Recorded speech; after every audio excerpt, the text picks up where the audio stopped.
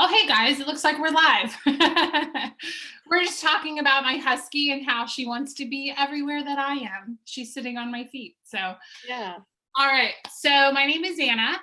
You probably know that because you've probably joined us before. But if this is your first time, my name's Anna Krueger, and I am an ISA coach with MAPS. And really, we coach lead gen, lead conversions. So we call it ISA coaching, but really it's lead gen, lead conversion. A lot of agents plug into our program. And then Katie is one of our coaches. Katie, tell everyone who you are. Hi, everyone. I'm Katie Collins. I'm also a coach in the program. I'm an agent out of Austin, Texas with the Heil Real Estate Group. And I was formerly the listing agent of the team and have worked a lot in the ISA department as well. So our coaching program is really unique, as Anna has stated, that it's a lot of prospecting and converting, but we also talk about the team structure a lot, which is why I'm super excited about today's call and recruiting and growing a team. So it's fun stuff. It'll be really good. And one thing we want to do today is tailor our content really to what your questions are. This is a free webinar and we're here for you guys. Yeah. So one thing we will do is we're going to share a real story that will help drive home the importance of finding talent. We're going to talk about where do you find talent? I see that question in the chat box.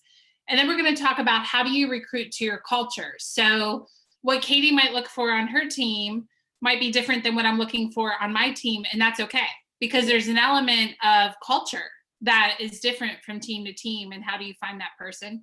So as Katie has a great story she wants to share surrounding recruiting. It's actually one of my favorite stories. I heard Tim Heil share this at Mega Camp a couple years ago, and it was such a dramatic, true story. It burned itself into my brain. That's so Katie's going to share, while she does that, type in the chat box anything specific you want us to cover. Yeah, type in questions. Okay, guys, I wanted to start off this webinar with this story because I feel like there's so many people that have taken a stab at the hiring process and not been successful.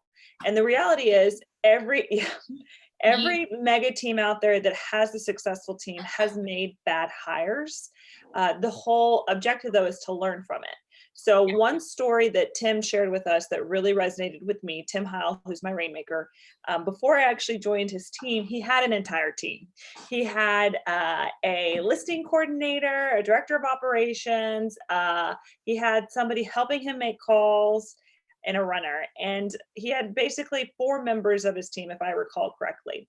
And Tim was not focused as much around the people in his organization. He was so focused on taking listings and selling homes that he lost sight of management. And that's a huge piece and component of growing a team. So what happened was Tim's entire team quit. Wasn't it all at once? In 1 week. And I think all of them would have quit the same day, except Tim begged and pleaded, and somebody felt bad and was like, I'll give you the rest of the week. But Tim literally went to one of the individuals' homes and was like knocking on the door, trying to win that person back. It's like a scene out of a horrible rom-com. Like a reality, it's like a reality TV show. Yes. And so he realized just how removed he was from managing this team and putting people in the right positions and making sure they were happy and making sure they were hitting their goals. He realized this not just because they all quit, but he also learned that 2 team members on the team were actually dating each other. He had no idea. They started this relationship after they met. And it was so serious that they had moved in together. Again, he had no knowledge of this. And now that couple that quit actually got married. So like there's one silver lining aspect of that relationship. But what's really important too about this story is that at that time, Tim had 60 coming soon, pending, and active listings on the market total. 60. And he lost a transaction coordinator. He lost everyone. He freaked out, of course, got upset, but he realized he was going to be okay because he had consistently lead generated and he was going to fail forward and learn from this. Yeah. So for everyone that's on this call today that's super frustrated, just know that join the club. Everyone has made bad hires. The most important thing is 2 aspects: keep going and learn from your mistakes. Yeah. So here we go. And I love that story because I think Tim, and I know not everybody on this call may know Tim, but Tim has built an enormous business. He has multiple branches, different companies going on. And in my interactions with him, he's helped lead me as we actually run the program. And he to me has come across very servant-hearted. He's very much, what will make this a win? There's not really problems, like there's opportunities to find solutions. I mean, that's the kind of guy he is. And so I found it encouraging to hear how bad that failure was. I saw someone that I thought had it so together, and look, I see what he's got now. And when he shared that story, it made me realize, okay, everybody has failed. Everybody's got the issues, and it's just a matter of, do you persist or do you give up? And do you learn from it? So I'm so glad you shared that story. So the other thing too is just that importance of knowing your people. It's fascinating he didn't know about the people that were married or living together than married. Yeah. And so I think that points too to I'm really big into Gallup, which is a lot of you may have heard of them. They're the ones that developed StrengthsFinder. Gallup, they're the ones that do a lot of the human study polls. So a lot of people have heard of Gallup, if not StrengthsFinder. Well, anyway, they've studied what are the core elements of a workplace and retaining clients. I could do a whole webinar just on that, actually. But one of the number one things that they found in researching all across the globe, over 180,000 people, was one of the number one things is that they want to know that their manager cares about them as a person. That's actually one of the 12 essential elements of retention. And so it's not just about numbers. It's not just about training. You could talk numbers, you could talk training, but if you don't find out how's life at home, what's up with the dog, that's still a chance that they may not stick with your team. Yeah. So for those of you on this call who have had people come through your organization that you felt were talented, I would really ask you to do some serious introspection and ask yourself, what level of support did I provide that person? How well did I understand their motives, intentions, goals, and be open to taking some ownership in some of this turnover that you might have experienced as well. It's not always just the people and finding the right person. Sometimes it's about creating the systems and the culture and the environment to allow the right person to flourish as well. Yeah. So, well, and we've got a couple questions in the chat box. Rick just asked a great question. How do you keep your team members happy? What are some ways to do it? And I think that varies from person to person, actually. So I think in that hiring process, and then continually do this, ask, how do I win with you? How do I lose with you? And that right there will tell you a lot about how to win with that person, how to lose with that person, how to keep them happy. And the thing I've learned as I've used a lot of the Gallup information about client or employee retention is it varies, right? One person might want a reward of having, when I hit my goals, give me 1 3-day weekend a month. Someone else might say, I don't care about that, but I would love to have a team celebration when we win. So it really takes a matter of talking to your people and asking them, what fills your bucket? You know, what is it that really energizes you, that if you knew that that was coming, it would make you excited and look forward to it? And then set up reward systems around that. And Katie, what else would you add to that? Yeah, I would say what Anna is talking about here is communication, right? Yeah. And it's just different levels of communication. So checking in with them on a weekly basis, making sure they're good and they feel supported. I just think about, why am I happy in my position? And a couple different things come to mind. One, I feel as if I ever disagreed with Tim about something, it would be very easy for me to communicate that to him, because he's opened a really healthy line of communication. And I also feel like Tim genuinely cares about my goals and is thinking, when he's driving in traffic, what are some opportunities that I can create for Katie to hit those goals? And then more so, he's really intentional about us being happy, to where he says, I want you to be happy. I want this culture to be fun. So here's some fun things I've been thinking about doing. What do y'all want to do? And it could be little things from having music played in the office to he orders a game that we all play, or he puts together a happy hour. For me personally, I'm not as attracted to the happy hour option because I want to go home and be with my toddler. But the fact that he cares enough to think about that is huge for me. So it really just boils down to communication, in my opinion. Yeah, it's a really, really good point. And then customizing it to each individual on the team. I know one thing Haro did with us, because I come from the Haro group in Greenville, South Carolina. At the beginning of the year, he would ask us, what are the different rewards that you guys want along the way when we hit different metrics? And the rewards got bigger as we went further in the year because he had more profit to pay for it, right? And we only got the reward if we hit the metric. And because he asked us as a team and we all put our ideas literally in the hat, right? We all had our strips of paper, stuck it in there. He was able to, across the board, hit at least one thing each person wanted. So it wasn't, I remember one of them was paintball. I don't care about that. But that was what other people on the team wanted. So that's fine. But then one was the Grove Park Spa, and I totally care about that. So, just find out from your people.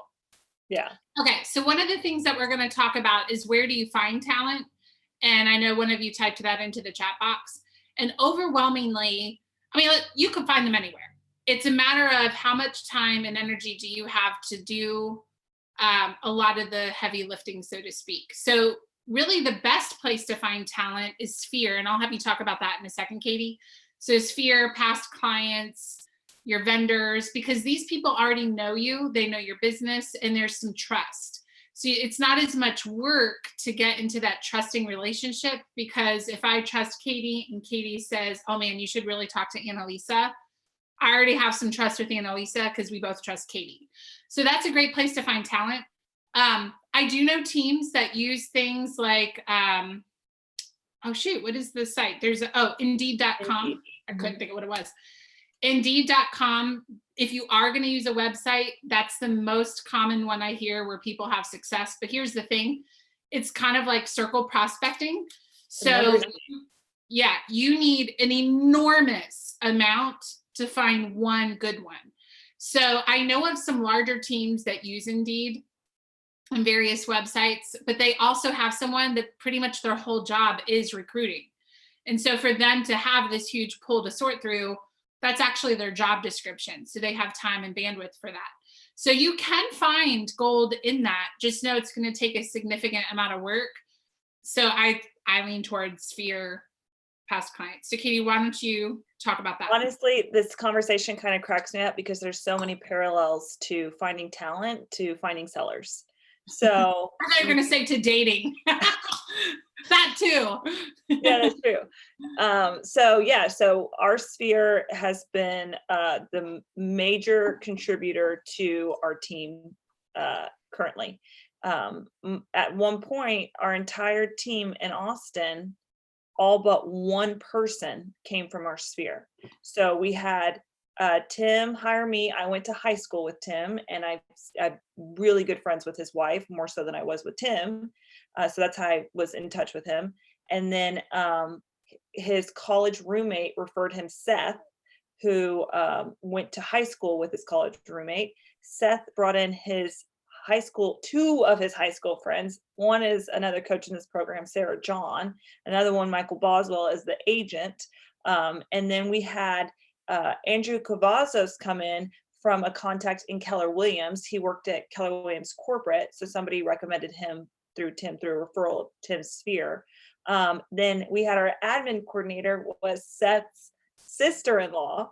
So at one point I've seen Tim do this at like a real estate machine conference where he drew a spider web of all of his people, and they came from 3 relationships, one of them being his wife. So it was just really profound to see that. And we have hired at our home office one person outside of that from Indeed, but it took a lot of applications to find that person. Yeah. So I can't stress it enough. Sphere, and then recognize that everything else is a numbers game. And there's places that you can go to be more strategic about it. You could advertise and start marketing towards other licensed agents. You could utilize the Trek. If you're I'm in Texas, so we use the Texas Real Estate Commission to see all the licensees because it's public information. We utilize title officers to help us identify producing agents. So somebody in that like 5 million range where they're having success, but they're maybe struggling to break out of a cap there and might be interested in utilizing some systems and help from a team structure. So there's little things like that we do as well to help us increase our conversion, so to speak, to identify people that we think would would find a team structure appealing, essentially. Does Yeah. that make sense? Yeah, it makes a lot of sense. And it even touches on that topic of where do you find people that fit your culture? Because as you were talking, you were Tim's wife's really good friend. Mhm. Kind of fun. I didn't realize that. So I'm one of I was really good friends with Haro's wife before I really knew who Haro was. And it's funny, I remember being at their house thinking, he's really like scrutinizing me. And then I realized, oh, okay, now I know why. So, but it was through that. But it makes sense from a culture standpoint, right? Like Tim's wife is going to have a similar mindset. So her friends would probably fit Tim's culture within his organization, right? And so that's another benefit of finding people from your sphere, because people that are already gravitated towards you, that there's a higher chance that they're going to fit your culture because they're not totally an outsider. They're already in your world for a reason. Yeah. So if they're already in your world for a reason, there's probably already some common ground there, which would then therefore help the culture fit. Okay, this just reminded me, there's a key aspect to being able to recruit to your sphere effectively, and it's you. So you have to be aware of how you're showing up with your people. For example, when Tim approached me about working with him, I thought, well, yeah, Tim has a good life. Tim's happy. Tim's at the same parties I'm at on weekends. Tim's telling me you can manage a work-life balance in this industry. I'm seeing him as an example of that success. His vibe attracts his tribe. Yeah. So be very aware when you're with your friends and all you're doing is complaining about your challenging clients that week or how tired you are. Nobody's going to want to come work with you if you make it sound like your job is horrible. Right. And then in addition to that, Tim later told me that he was intentional about recruiting me, and I had no idea. He was asking me all the time how my current job was going. What did I like about it? What did I not like about it? And I was in sales at that time. And I just thought he was a nice guy. I just thought he was a nice guy. And of course, people like it when people ask them questions about themselves and you have the opportunity to talk about yourself. So I was like, oh my God, Tim's so nice. He really cares about what I'm doing. And I feel, he makes me feel good, like I'm doing something good. And so when he approached me, I thought, well, yeah, let me just at least hear him out. He's a nice guy. He's doing well. So if you're going to start marketing or really recruiting into your sphere, be super hyper aware of how you're showing up. Like Tim was talking to me all the time about how exciting real estate was, and he got me excited about it, and I'm forever grateful. So yeah, that's a really good point. Well, it reminds me of that quote about people growing into the conversations you have around them. Mm-hmm. So what you're talking about, you have a great point. I never thought about it, but you're right. It's 100% dead on. And then let's talk through what are some of the questions to ask that are really good to ask references, especially if you are looking for an ISA, because this webinar is we were talking about recruiting ISA talent. People ask all the time, where do I find this person? They're different than me. And the first thing I want to say is they're probably not actually that much different than you. I have found a lot of the most talented ISAs think a lot like the team owner. And it makes sense, right? They're really a rainmaker. They just don't have all the responsibility of the team owner, but they're out there and they're finding, if they're a good ISA, they're probably finding total themselves or as a team, usually it's around 50% or more of your business will be set by this person or this department. And so they're going to be good at the things you're probably good at because you built the business. They're going to be good at building the business. So you're probably looking for someone with similar traits that may just not want the responsibility of actually owning a team. Haro's wife says all the time, you and my husband are like the same person in many ways. But the truth, and it's true, yet I don't want to run a real estate team. That does not appeal to me in any way, shape, or form. But I love the challenge of going out and creating and finding business. So you're probably looking for someone a lot like you. Some good questions to ask sphere, or references when you're calling these people's references is ask things like, how do they do when they get knocked down? Because in an ISA role, you're going to face a lot of rejection. So you want to find out, tell me about a time that they experienced opposition, rejection, and then how did they respond to that rejection? Because if they don't respond well, if they're not resilient, this will be a challenging role for them. Something else I love to do in an interview, it's a little outside the box, I want to see, how do people adapt and go with the flow? Because there's so much change that happens in the day. Things happen. They need to be able to adjust, go with the flow. I like to have, when I'm interviewing someone, to have someone come in from the office and say, hey, I'm really sorry. I need this conference room. Can you guys, move, get out of here? And I'm just looking to see, how does this person respond and how flustered do they get when we're in our flow and there's an interruption? Just what do they do? What's their response? Another thing I like to do is find something to give them feedback on for improvement. Even if it's something small.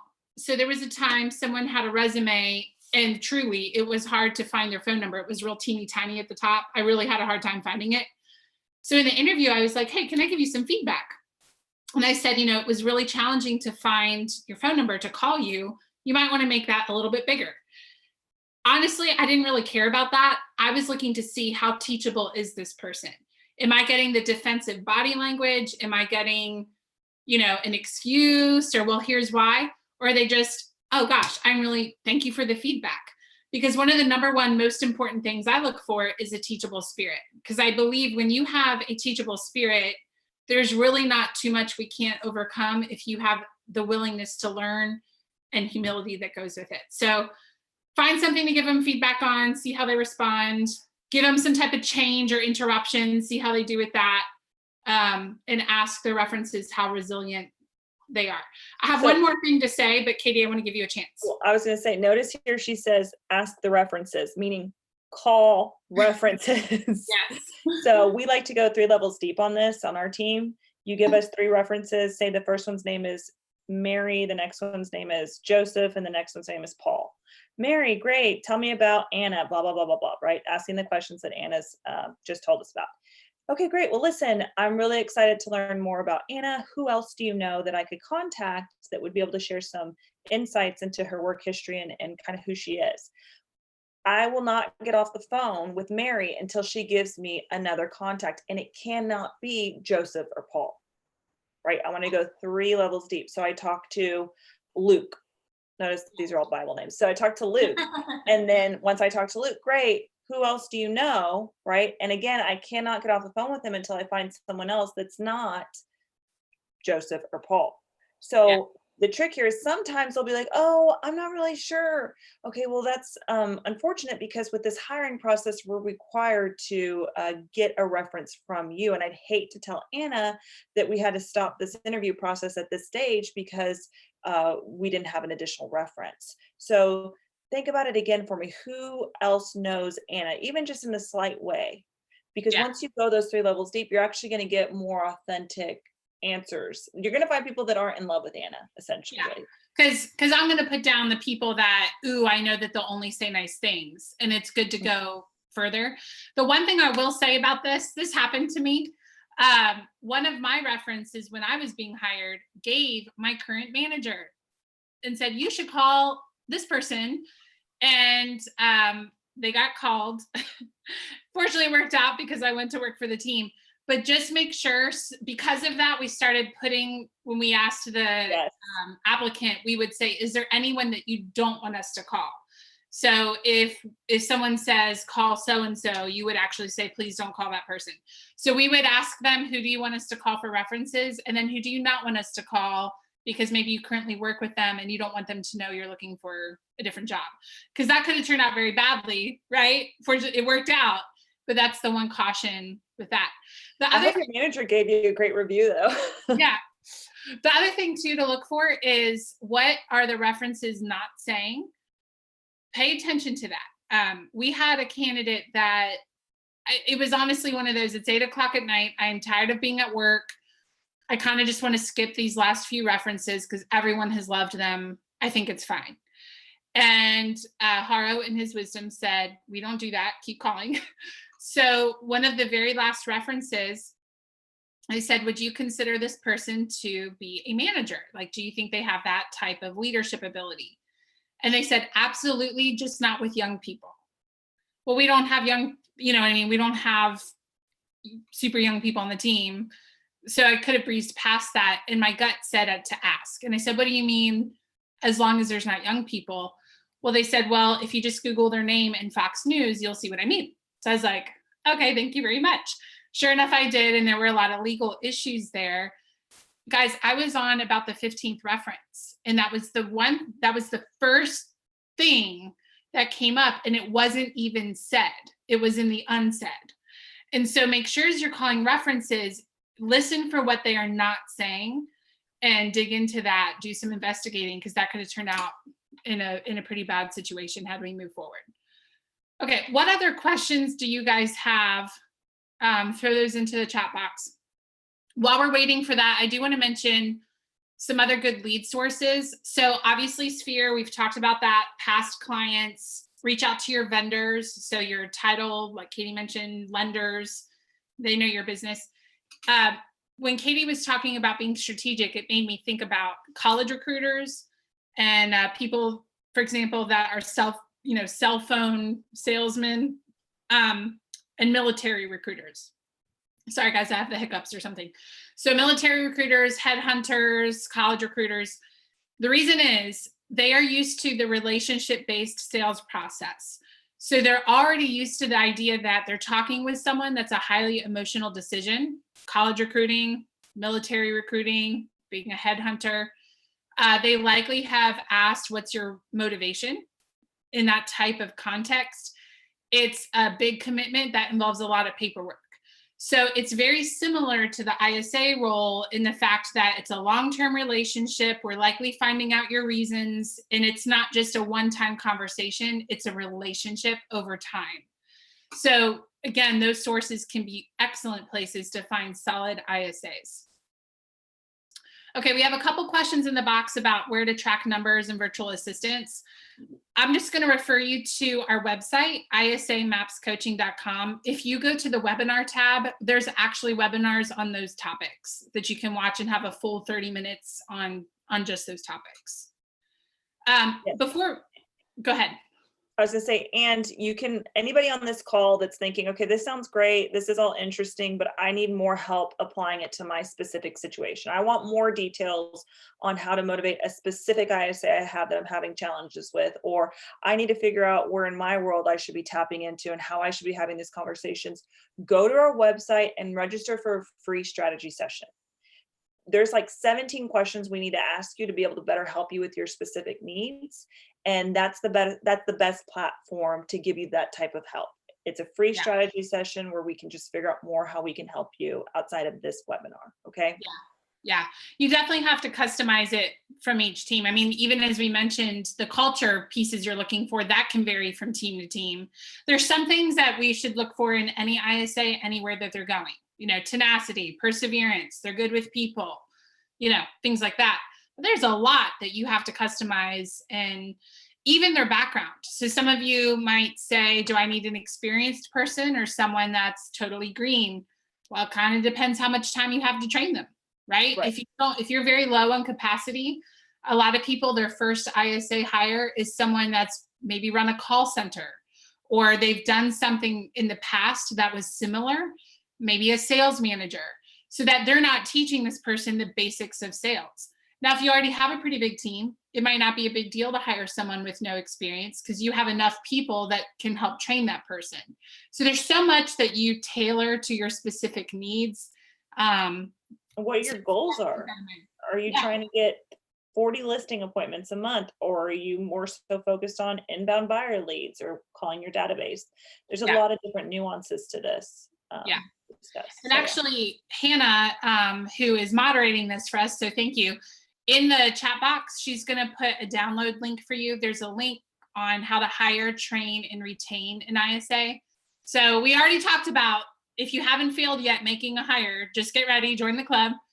And that document will help you know not just how to hire them, but how do you train them and actually retain them. So some things you definitely want to do to keep talent around, what not to do. Check out that download. We're going to go ahead and let you guys go. We're about at the end of time here, but go to isamapscoaching.com. There's a lot of free webinars on there. There's a box that says talk to a coach or I'm ready to enroll. We've seen a lot of people in our program make hires that we've helped them make through the training process. So that's part of what we're here for. Anything lead gen, lead conversion, ISA related, reach out to us. I have one right now that just hired someone. It was my first coaching call with her. She hasn't even been there for 2 weeks. And she's like, yeah, I've been setting like an appointment a day and I just watched the webinar and now I'm setting like 2 a day. I'm like, girl, you know what you're saying is crazy, because I had a defined appointment and it's pretty legit. There's some things she needs to tweak, but she just has such a can-do attitude because she's just, that's her behavior style. She's like, oh yeah, he says I can do it. I'm doing it. So here I am doing it. And I'm like, oh my gosh. That's awesome. We need more of her. That's awesome. There you go. Yeah. All right, guys. Well, you have a good rest of your day. Thanks, Katie, for joining us today and sharing your everyone insight. And have a good day, everybody.